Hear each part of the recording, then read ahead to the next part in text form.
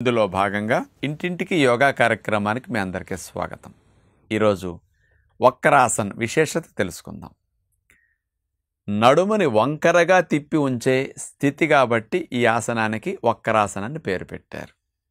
దీనివల్ల pancreas గ్రంథిని stimulate చేసి డయాబెటీస్ని తగ్గించడానికి నెంబర్ 1 లాభం అని చెప్పచ్చు.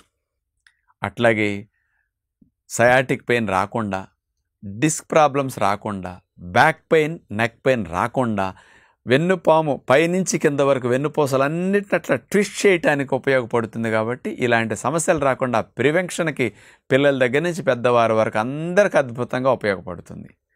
దీనివల్ల పక్క భాగాల్లో ఉండే పొట్ట మంచిగా కొవ్వు కరిగి నడుము సన్నగా అవటానికి కూడా ఈ వక్రాసన బాగా ఉపయోగపడుతుంది. అలాగే ఈ వక్రాసన చేయటం వల్ల డైజెస్టివ్ స్టిమ్యులేషన్ కూడా బాగా జరుగుతుంది. ప్యాంక్రియాస్తో పాటు లివర్ కానీ పొట్టా ప్రేగులు కూడా యాక్టివ్గా పనిచేస్తే ప్రేగుల కదలికలు పెంచడానికి కూడా ఈ వక్రాసన బాగా పనికొస్తుంది. అందరూ చేయగలిగేంత సులభమైన పద్ధతి ఈ వక్రాసనకు ఉంటుంది. అది చూద్దాం. వక్రాసనం చేసే విధానం మనం చూడబోతున్నాం. ముందుగా అట్లా కాళ్ళు చాపి లైన్గా కూర్చున్న తర్వాత ఎడమ కాలుని అలాగే ఉంచుతాం. కుడి కాలుని మోకాల దగ్గర నుంచి మడిచి కుడి పాదాన్ని ఎడమ కాలు మోకాల దగ్గర అట్లా ఉంచటం జరిగింది. అంతవరకు కాలును పైకి లాపి అట్లా ఉంచుకోవాలన్నమాట. కుడి చేతిని వీపు వెనక భాగంలో అట్లా పెట్టుకుంటాం. అరిచేయి నేల కాంతుంది అట్లా. ఇప్పుడు ఎడమ చేతిని అట్లా పైకి లేపి కుడి మోకాలు పైన నుంచి అట్లా వేసేసి, ఇక ఈ చేతితో కుడి కాలుని అట్లా మోకాల దగ్గర నెట్టాలి, కానీ కాలు వాలకూడదు, అది స్టిఫ్గా పెట్టాలి. ఒక పందిరి గుంజ లేకపోతే ఒక పిల్లర్ కానీ పోల్ కానీ అట్లా స్ట్రైట్గా ఉంటుంది. నుంచోబెట్టిన కుడికాలు అలా స్టిఫ్గా ఉంచాలన్నమాట. ఎడమ చేతి వేళ్లతో కుడి పాదం వేళ్ల దగ్గర అట్లా పట్టుకుంటామన్నమాట. ఇప్పుడు ఎడమ చేతితో కుడి కాలుని అట్లా నెట్టుకుంటూ కుడివైపుకి వెనక్కి నడుము మెడ అన్ని ట్విస్ట్ చేసి తిప్పవలసి ఉంటుంది. వంకరగా అట్లా తిప్పి కుడివైపుకి అలానే ఉంటామన్నమాట.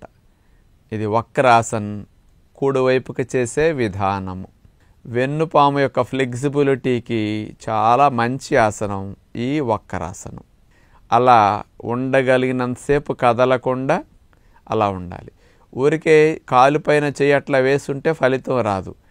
ఈ చేత్తో కాళ్ళు నెట్టాలి, నెట్టినా సరే నుంచోబెట్టిన మోకాల భాగం అటు వాలిపోకుండా అట్లా స్టిఫ్గా ఉన్నప్పుడు అట్లా ట్విస్ట్ అవ్వడానికి అవకాశం ఉంది. అప్పుడే చక్కటి ఫలితం ఈ ఆసనంలో వస్తుందన్నమాట. ఉండగలిగినంతసేపు అలా ఉంటాం.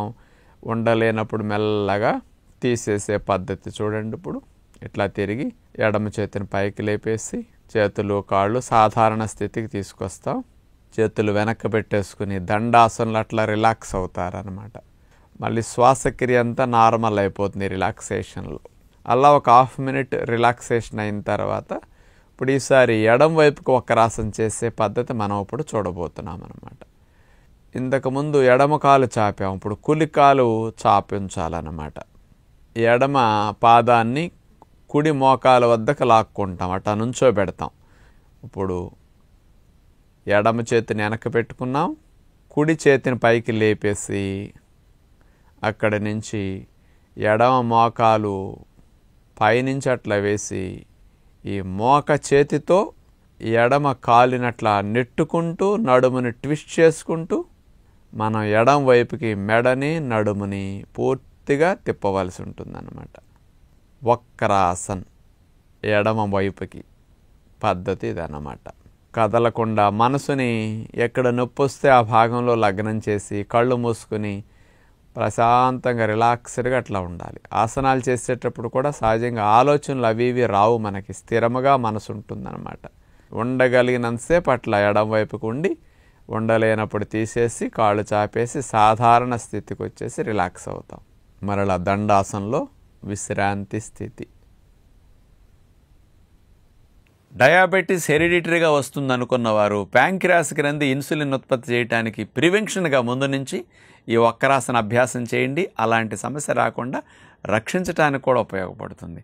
అందుకని మెడపోసల నుంచి ముడ్డిపోసల వరకు అన్నిటికీ మంచి లాభాన్ని అందిస్తూ జీర్ణకోశానికి అద్భుతమైన ఫలితాలను అందించే వక్రాసన్ అందరూ చేస్తే బాగుంటుందని విజ్ఞప్తి చేస్తూ నమస్కారం.